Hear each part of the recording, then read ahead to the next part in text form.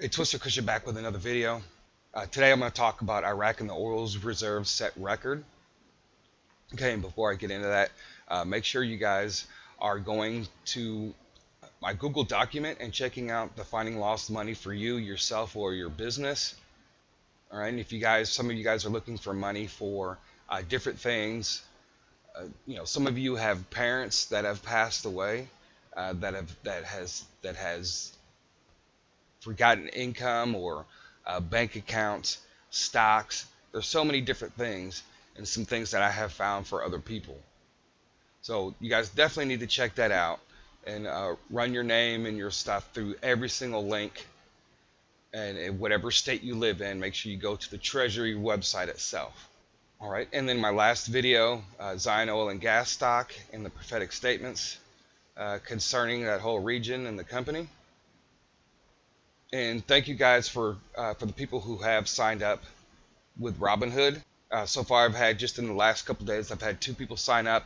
I got a couple Fitbit stocks, which when they become available, I am going to, when these stocks become available for me to turn around and sell, then I'll turn around and buy other stocks. And that's how I do it. And I turn around, I try to share my my referral link on my social media. And that way I can, you can only earn up to $500. So I'm trying to use that $500 to put it back into the market and invest in stocks that can bring some financial, that can bring some income and bring some financial ease to my situation. So I appreciate you guys' support on that.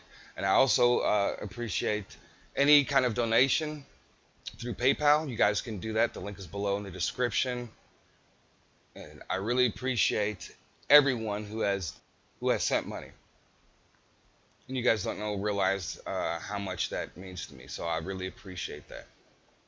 Okay, so what I'm going to talk about today is Iraq's oil reserves, and I'm going to relate it to Zion Oil and the American oil and gas industry.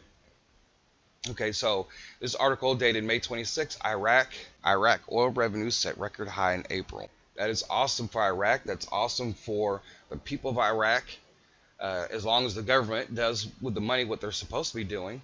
That's awesome for our investment. I just hope that the government takes care of its people, because their people have been suffering. The bloodshed in Iraq is absolutely ridiculous. And that it's just absolutely ridiculous. It should have never gotten as bad as it did. But anyways, so Iraq set a new record in crude oil revenues in April, following the hike in price resulting from the escalating crisis between the United States and Iran, according to figures released by the oil ministry. Authorities exported about 104 billion barrels last month at 67.51 per barrel. Revenues exceeded 7 billion in April. In March, revenues reached 6.7 billion. However, oil prices have since risen as tensions between the U.S. and Iran intensified after Washington tightened oil sanctions on Tehran in earlier May. All right, so the article just goes on about how Exxon had took some people out, and Iraq wants to make sure that they come back and make sure to keep things going. But I find this this is interesting because they're finally they're not saying finally, but some good news out of everything that has happened over the last several years. And with their current leadership right now, to me that's just up in the air, because the current prime minister, I don't know what he's doing. It just doesn't seem like he knows what he's doing. He actually inherited a very good opportunity, which so far he has blown. All right. Now, this is good for the American energy industry. And I say this because, I've been doing some research in how this whole entire area, the whole Middle East, Israel, Saudi Arabia, Iraq, Iran. So I was doing some research on Saudi Arabia. And one of the things that I was finding out is that there's a lot of articles about, does really Saudi Arabia have the oil that it has? So this article here, why it matters, this came out January 9th, 2019, why it matters how much oil Saudi Arabia has. Skepticism has been fueled by Aramco's insistence that the reserve numbers barely change from year to year, despite the company's production of almost 4 billion barrels a year. All right, they have a total of 268.5 billion barrels of oil. All right, so they're just talking about they didn't know, like as far as they believe that, not without having to go into the whole entire article because I got a couple more. Basically, there's skepticism on Saudi Arabia's oil reserves. All right, now Saudi Arabia would have a very big problem if they were ever to find out that they didn't have as much oil as they said they did. And I'm pulling up this other article here by Seeking Alpha. Saudi Arabian oil is running out, and that will affect the long-term markets. So once again, here we go. There's an article that examines is talking about Saudi Arabia and the reserves, and is it really true what they say it is? And he says a significant portion of Saudi Arabia's oil comes from the Ghawar field, which appears to be running out. The country might only have 1/3 of the oil that it says it has.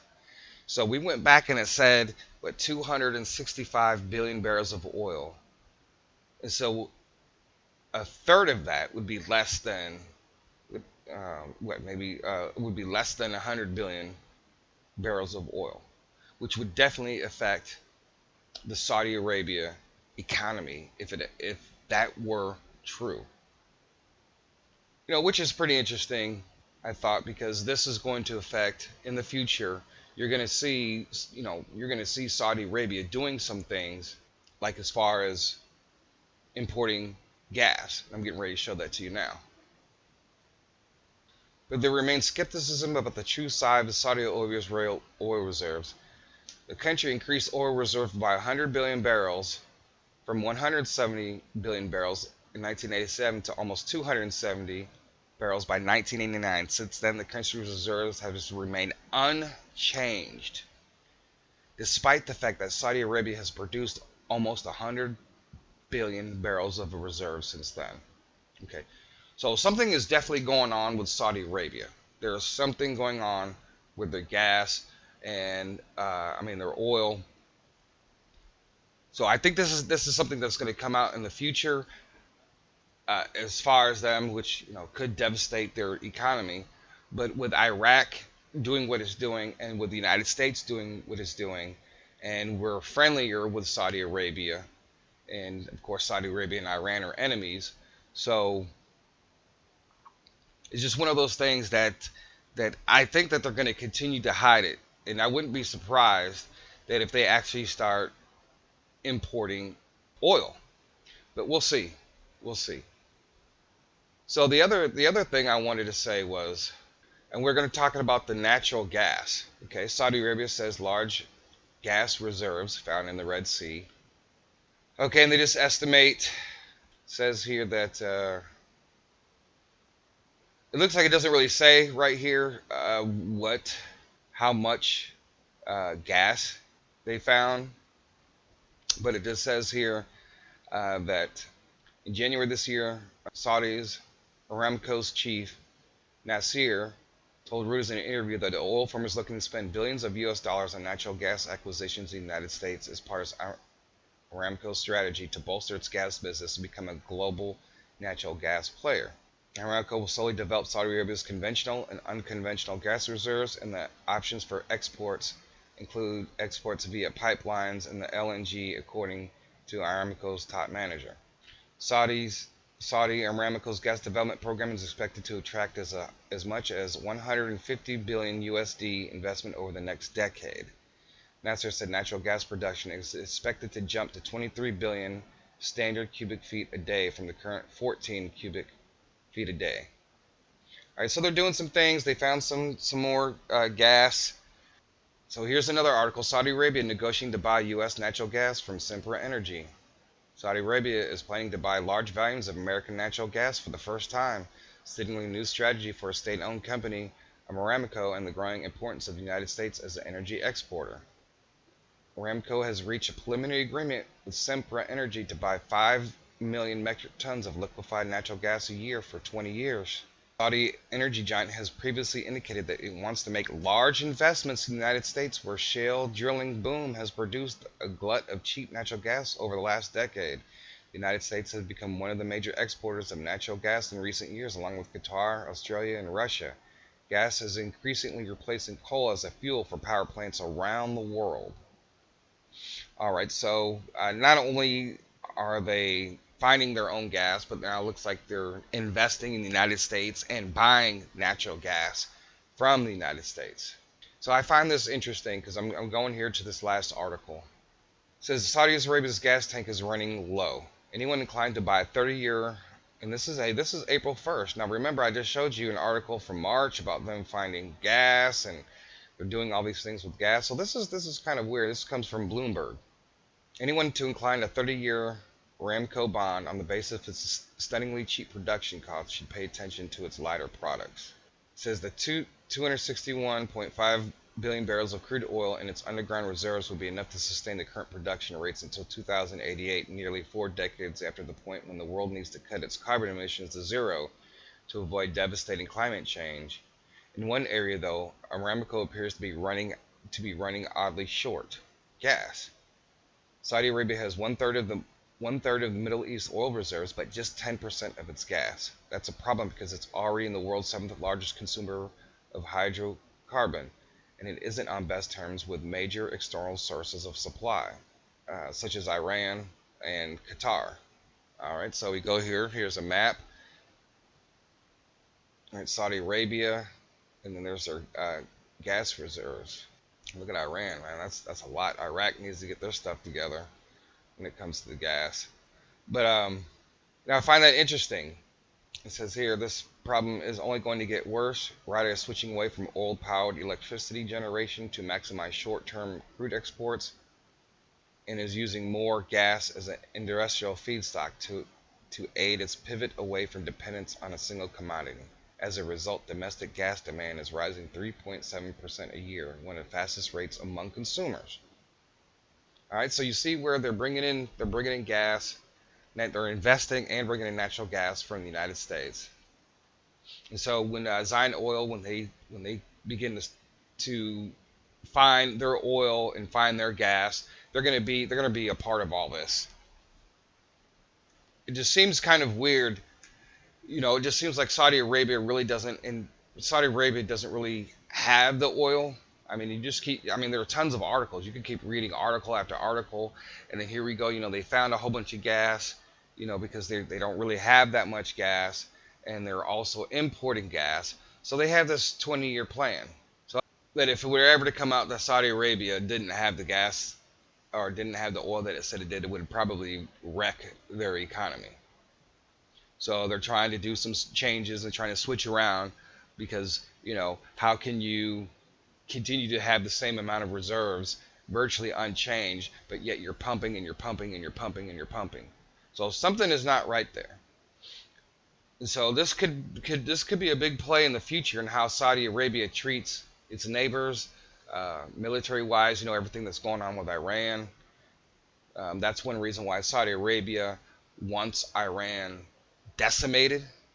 Once you do that, they'll have access to a lot of gas, and it's going to be right there as opposed to coming all the way from the United States. So this is all good news for Iraq in the future. This bolsters Iraq doing what it's doing with its oil revenues. It's very good news. So I want you guys just to stay encouraged and keep your eye on the markets. And don't forget, if you guys want to donate, you can by PayPal, or you can sign up for a free stock through RobinHood. You can like, share, all that helps, and it's really appreciated. So I got some videos coming this week, mainly on stocks, energy stocks, stocks that when this market goes up, with this whole thing with China, and I'm getting ready to do a video on that too. I said that the markets are going to explode.